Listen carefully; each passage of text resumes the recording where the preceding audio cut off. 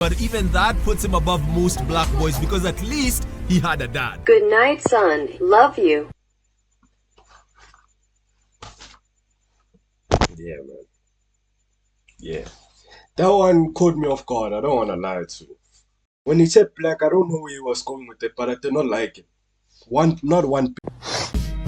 Please don't panic. We need another one. DJ Khaled. It's under control because Steve would manage. If I was them, I would feel embarrassed. But Yo, people, it's the Visionary back again with another reaction video. You get me?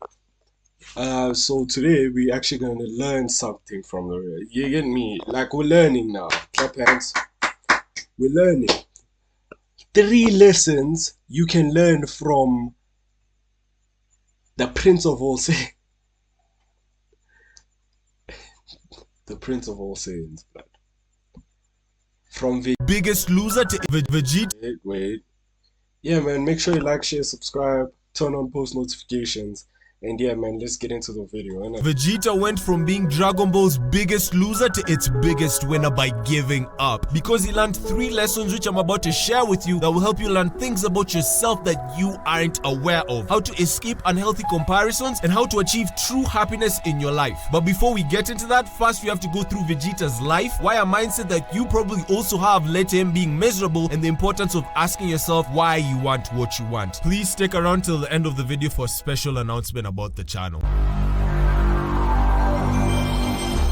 Vegeta being born a prince greatly affected his life. Having a father who constantly worshipped and praised him all while never correcting him was terrible. But even that puts him above most black boys because at least he had a dad. Good night, son. Love you. Yeah, man. Yeah. That one caught me off guard. I don't want to lie to you. When he said black, I don't know where he was going with it, but I did not like it. Not one.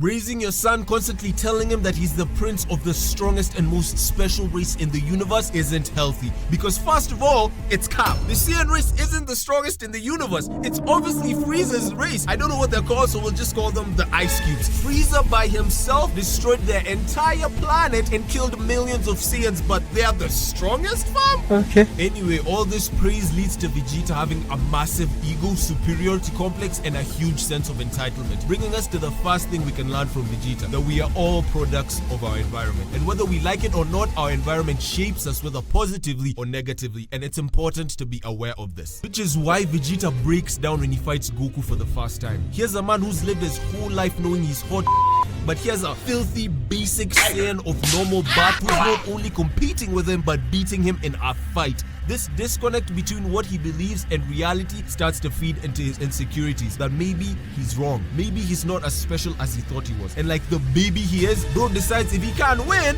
he'll destroy the entire planet. Really? You're gonna mark everyone just because of one guy, bro? Just go get your and spin back, Vegeta. They jumping me! They jumping me! You already know there must have been some random African farmer on the other side of the planet wondering, what did I do? One of the most painful moments in Vegeta's life is when Goku goes Super Saiyan for the first time. Not only did a low-class warrior kill Frieza, the person who destroyed his planet and killed his parents, but Goku also achieved the legendary transformation before he did. Vegeta is crushed and we get to see him at his most insecure. However, during the beginning of the Android saga, he still has some fight left in him and goes as far as to mimic the training Goku did in order to try and also go Super Saiyan. But crazy enough, almost as if to clown him even harder, here comes Trunks, another random Saiyan who can also go Super Saiyan. So now in Vegeta's mind, there's not one but 2 monkeys who can also go Super Saiyan while he can't, even though I'm sorry, what the flip was that clip, blood? Trunks is his son and it's actually a flex. And after training himself to death, Vegeta finally gives up. I don't care! Realizing that maybe he'll never achieve it. But then it happens. We'll come back to the giving up part in a bit. Fast forward, Vegeta is back to his usual arrogant self and tries to kill all the androids by himself despite Trunks' warning. And surprise, surprise, he gets folded, especially by Android 18's fine ass, bro. This whole fight,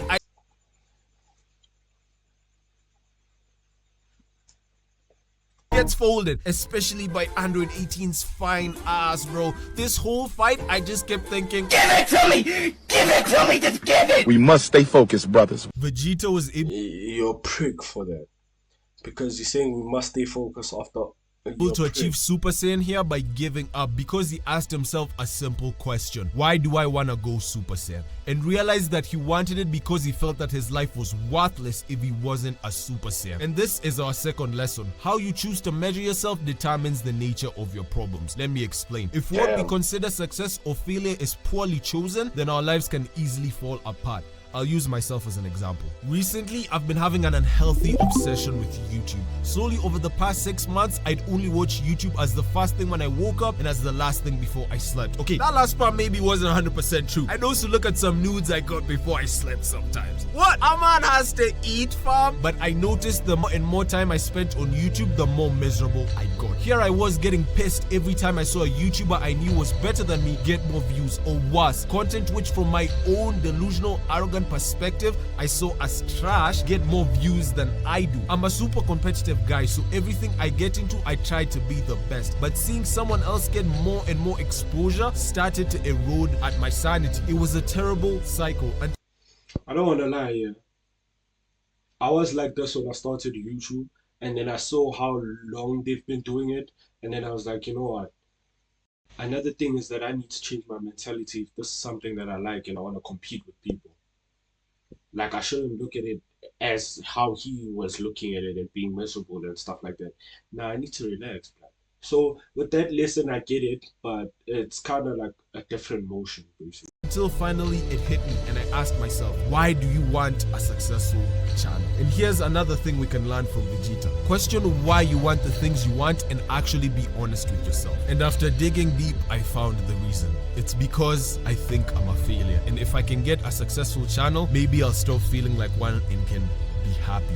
I had the same mindset Vegeta had, and I think the reason I felt this way is because of something I went through in high school. I went to a public all-boys high school, and when I was in Form 2, they introduced a supplementary program. It was a boarding school, so after every 3 months, the headlines on the show, the term would end and we'd be released to go home. And I don't know about you, but freedom after spending months locked up with a bunch of sweaty sounds like heaven. But if you failed in any subject during the end of term exam or had below a C+ as your average, you'd have to stay an extra 2 weeks in school for extra tuition. Now, I would only fail in one subject, math, but all my other grades were Gucci, fam. I'd average a B+, but since I failed in math, I had to stay. So out of my 4-week break, I had you see what I'm talking about? The headlines on the show are peak. to spend 2 more weeks in that shithole. It was dehumanizing. Watching my friends go home while you're forced to stay must have been how Vegeta felt watching Goku surpass him and go Super Saiyan. That soul-crushing feeling of being left behind. All the staff hated us. The food was undercooked and the chefs didn't even try to act like they cared. The teachers were pissed because they had to stick around school for another 2 weeks instead of being on their holiday to teach what they saw as slow, brainless idiots. So they just randomly cuss us out. They didn't even want us to look happy. They just walk into class like, did I just catch you having fun? But fam, the most painful part was that the rest of the students that stayed behind actually was stupid. These had F's in all their subjects. They were actually dumb. Cannot do basic 1 + 1. Think about your life. I had A's and B's in everything but math, so it was a special type of hell for me because I didn't belong there. And because of math, I stayed behind at the end of every term for 3 years till they scrapped the program because all the stress, ironically enough, actually made the students that stayed back fail even more. I don't even use math in my job, so it was literally all for nothing. So that's why I wanted a successful channel. I had this void in my soul ever since then, and as soon as I picked up YouTube, that feeling of inadequacy reared its head. I wanted to prove those stupid fucks wrong, despite having finished high school years ago. That's why I was obsessed with getting views and growing, not for the clout or for the money, but to prove to myself that I'm not a failure, that I matter. Which is such a stupid mindset because all the growth I've got on this channel, I've got from you guys and your support. I had let my environment mold me negatively. So next time you're obsessing over something in order to be happy, ask yourself why you really want it. Maybe you're single and you want a girlfriend or boyfriend because honestly, you're lonely. Can't relate to that one. We've got gay where I'm from. No, sir. Not me. Or maybe you want to get rich or get into better shape, but really dig deep and be honest with yourself. Because as embarrassing and as cringe as your reasons may be, they are nearly as embarrassing as announcing your deepest insecurities to the entire world on YouTube. How did they get you at 4K? After taking so many L's that he gives himself his own montage, Vegeta finally decides to make a change and changes his mind. Instead of putting all his value on his strength or whether or not he can beat Goku, Vegeta decides to live a balanced life, bringing us to our third lesson. Any life dedicated to just one simplistic pursuit will always be lacking. And Vegeta decides to give up the notion that he only needs to be strong to be happy by focusing on his wife Bulma and his son Trunks. During the Majin Buu saga, Vegeta actually decides to hug his son and even sacrifices himself for him by knocking out Goku so that only he has to die. The same guy who believed he was a super special god decided to die for someone. Vegeta didn't necessarily completely give up on the idea of being stronger and fighting, but decided to stop just fighting for himself, but also for others. In the same way, the success or failure of my channel does not reflect me as a person. I'm saying this out loud because I still don't 100% believe it, which is wild because even having 1,000 people watch my videos is crazy. We've been lied to as a culture about happiness. We've all been led to believe that one day if we achieve a certain... This is too depressing. And another thing is that you're right. I'm not gonna. You know what? Yeah, with me in terms of I've clocked. I can't. I'm not gonna lie to myself and be on some. These type of things are gonna get better in like 3 months because I have an ego. Nah, blood. It takes years, blood. It takes years.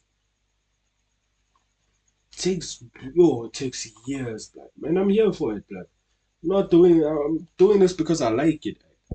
Not because someone looked at me and was on some, hey dog, you have a personality for YouTube, you can do it. Nah, blood, I don't have personality for YouTube, blood. I genuinely don't. I'm gonna be honest, I don't have personality for YouTube.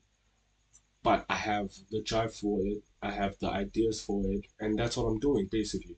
So yeah, man, this was kind of depressing because it made me think that what I'm doing it for is for the wrong reasons. But yeah, man, I'm just gonna keep it as that. I don't know how I feel about that video. I'm gonna be honest with y'all. It was like here and there, but yeah, man.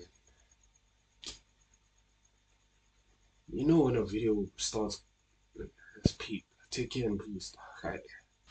Anyway, man, that's the end of the show, man. That's the end of the reactions for today, lad. I want to go home, take a nap, and yeah, man, I'm already home. I just need to take a nap.